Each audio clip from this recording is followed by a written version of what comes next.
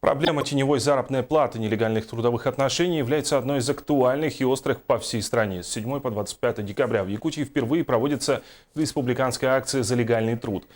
В рамках акции сегодня прошла информационно-разъяснительная встреча со студентами выпускных курсов СВФУ, где обсудили негативные последствия неформальной занятости и выплаты зарплаты в конвертах. На состоявшемся в начале года селекторном совещании Минтруда России отметили, что около 22 миллионов человек трудоспособного населения России работают в непрозрачных условиях, в результате чего бюджеты разных уровней недополучают необходимые объемы, в итоге не хватает средств на социальную сферу.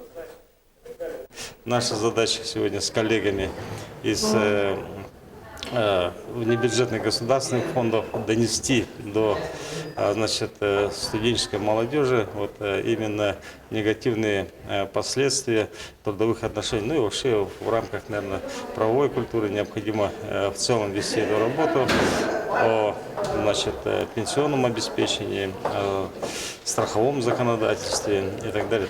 Поэтому цели и задачи мы сегодня ставим такие.